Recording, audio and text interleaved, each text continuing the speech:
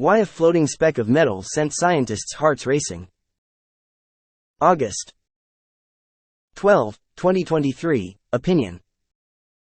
Guest essay, by Andrew Coate, Mr. Coate is an engineering physicist who has worked with superconductors in condensed matter physics labs and particle accelerators and has designed superconducting magnet systems for nuclear fusion. The past 3 weeks have witnessed the dramatic rise and fall of a new candidate for the holy grail of materials science, a superconductor that works at room temperature.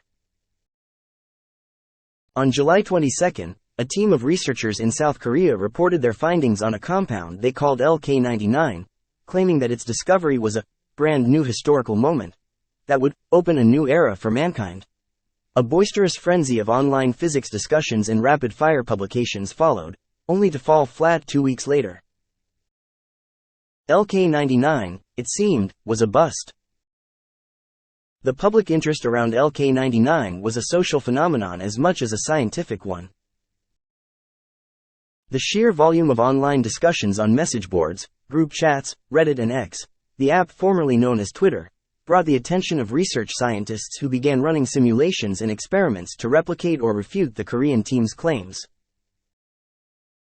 For a brief moment, a large audience of people new to superconductivity found sudden fascination with a niche area of materials science, seeking an answer to a rarely heard yet profound question: had humanity just entered a new golden age? Whenever electrical power runs through a transmission line, some is lost as waste heat, an omnipresent tax imposed by the laws of nature. The miraculous potential of superconductors is that they carry electricity over large distances with perfect efficiency. If we ever figure out how to manufacture them cheaply and make them work at room temperature rather than only at hundreds of degrees below zero, it would revolutionize our economy and help save the environment. Superconductors can also achieve feats like powerful magnetic fields and levitation in mid-air, enabling new categories of electronic devices, computers and modes of transportation. Unfortunately, the highest temperature material currently known to superconduct only does so at -10 degrees while needing to be put under a pressure of around 1.9 million atmospheres. Materials that superconduct at ambient pressure require temperatures below roughly -150 degrees, limiting their use to applications where the cryogenic engineering is worth it, like medical imaging and experimental physics.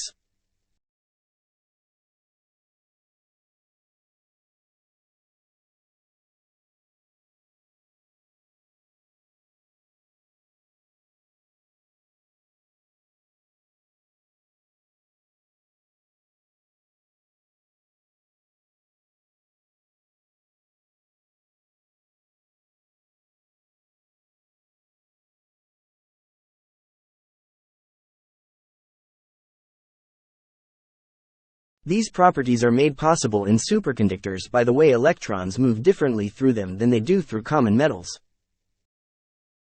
In copper and other electrically conductive materials, imagine a ball of electrical current dropped into the top of a Plinko machine, bouncing on pegs all the way down. Each bounce transfers a bit of energy from the ball to a peg. That's the heat tax at work. In a superconductor, the balls of electrical current glide smoothly, like marbles along a track. No heat, no lost energy. Room temperature superconductors would have the greatest impact on energy generation, transmission and distribution. Currently, 8% to 15% of all energy produced for electrical grids is lost as waste heat en route to being used. In the United States, this adds up to dozens of nuclear power plants worth of wasted power. Using room temperature superconductors in electrical transformers, which lower high voltages in transmission lines to levels appropriate for home use, and generators, which convert rotational energy into electrical power, could save another 30% to 40% of wasted power while reducing the amount and complexity of materials it takes to make such equipment in the first place. Superconducting transmission lines would also enable near lossless transfer of renewable energy over vast distances. Power generated by massive solar arrays in the West Coast deserts could more easily fuel East Coast cities throughout the winter, and superconductor-based energy storage could replace industrial-scale batteries entirely, solving one of the main challenges in developing renewable energy at scale. These storage systems work by letting electrical current travel in an endless loop, and since it does so with virtually no losses, it can continue circling this loop with very little power used to keep it going. The total energy lost when charging and discharging a conventional battery is around 20%, while in such a superconducting storage system, it would be closer to 5%. Low-temperature superconductors are used today in applications requiring powerful magnetic fields, such as MRI machines. A significant contributor to the expense of those machines is the liquid helium needed to cool the magnets down to cryogenic temperatures.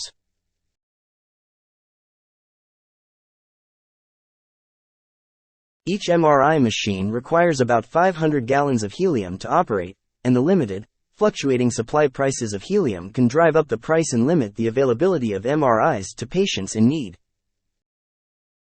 The resolution limit of MRI scans is determined by the strength of the magnetic field, and superconductors can produce very strong magnetic fields. Cheaper machines that operate without cryogenic cooling have been proposed, but they would have a much lower resolution without superconductors, limiting their ability to detect small but important health conditions. Room temperature superconductors would solve both of these challenges. Cheaper, more accessible, and higher resolution, non-invasive medical imaging could transform the quality of diagnostic medical care, particularly in poorer countries that have less access to MRIs today. High-strength magnetic fields produced by superconductors can also be used commercially to levitate high-speed trains on a thin cushion of air above the tracks. This technology has been in development in Japan for decades, with maglev trains originally projected to open to the public in 2027, running at speeds up to 375 miles per hour between Tokyo and Nagoya.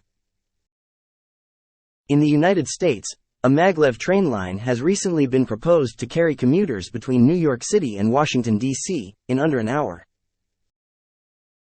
These specialized trains are incredibly costly to build and difficult to engineer because of our current superconducting materials, limiting their application to only the world's busiest and densest commuter corridors. Room temperature superconductors would drastically simplify the design and engineering of high-speed trains, reaching speeds that would make rail competitive with airlines for continental intercity travel. As a bonus, these trains could run off clean, superconductor-enabled grid energy, eliminating the thousands of pounds of carbon dioxide emitted to carry the passengers on a domestic flight. The transistors that power all modern electronics have limitations. They can only operate so fast, and every operation loses energy as heat. The speed of transistor operations of computer chips steadily increased until the mid-2010s, when it reached the material limits of our current silicon-based transistors. The density of transistors in a modern computer chip is also heavily limited by our ability to remove waste heat, which is why chips are small, flat rectangles, often with large heat sinks attached to the top, instead of solid cubes. Computer chips designed with superconducting materials have the potential to be around 300 times as energy efficient and 10 times as fast as our current silicon-based microelectronics. Eliminating waste heat would enable more compact designs, longer battery lives, and a lower tax on our electrical grid to power the digital economy. Finally, we could leave as many browser tabs open as we want. The most exciting role room temperature superconductors might play in our future economy is in the production of cheap, clean energy. The recent emergence of privately funded nuclear fusion projects has largely been enabled by advances in manufacturing high-temperature superconducting tape, which generates the extremely powerful magnetic fields that trap and confine a hot, charged gas called plasma at over 180 million degrees. A room temperature superconductor made of widely available cheap metals would dramatically accelerate the timeline to replace our most dangerous and polluting forms of energy, coal and oil, with fusion energy, which works by the same principle that powers the sun. Fusion energy, if it ever arrives, is said to be the last power source humanity will ever need. Since the fuel for fusion can be extracted from seawater, it would free our energy supplies from the geopolitical turmoil that sends shocks to our economy from time to time through the oscillating prices of oil and natural gas. For a sense of scale, the hydrogen from 1 gallon of seawater, when burned in a fusion reactor, releases approximately the same amount of energy as over 1,000 gallons of refined gasoline. Unlimited, conflict-free, carbon-free energy would reduce the cost of almost every part or product, since half the price of common materials like steel and aluminum is the cost of the electricity it takes to make them. Our central dilemma in the modern, environmentally conscious world is that we must learn to do more with less.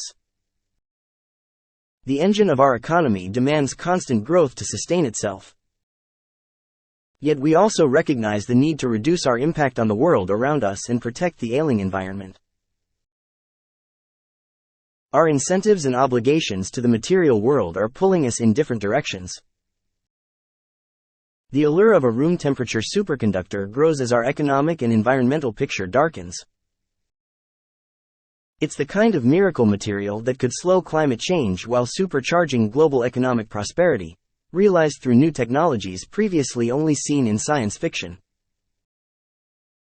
In recent days, scientists have published several new reports showing that LK-99 is not a superconductor at room temperature but rather a fairly mundane magnetic substance that mimics some of the visual properties characteristic of superconductors, like levitating over a strong magnet, but not the most important physical property of zero electrical resistance. Rather than striking gold, the Korean scientists probably discovered a new form of pyrite.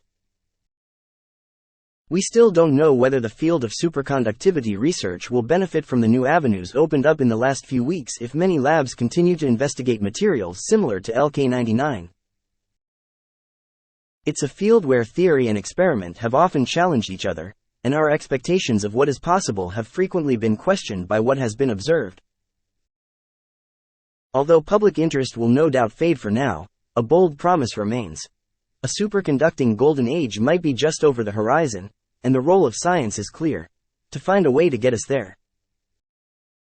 Illustrations by Taylor Maggiacomo.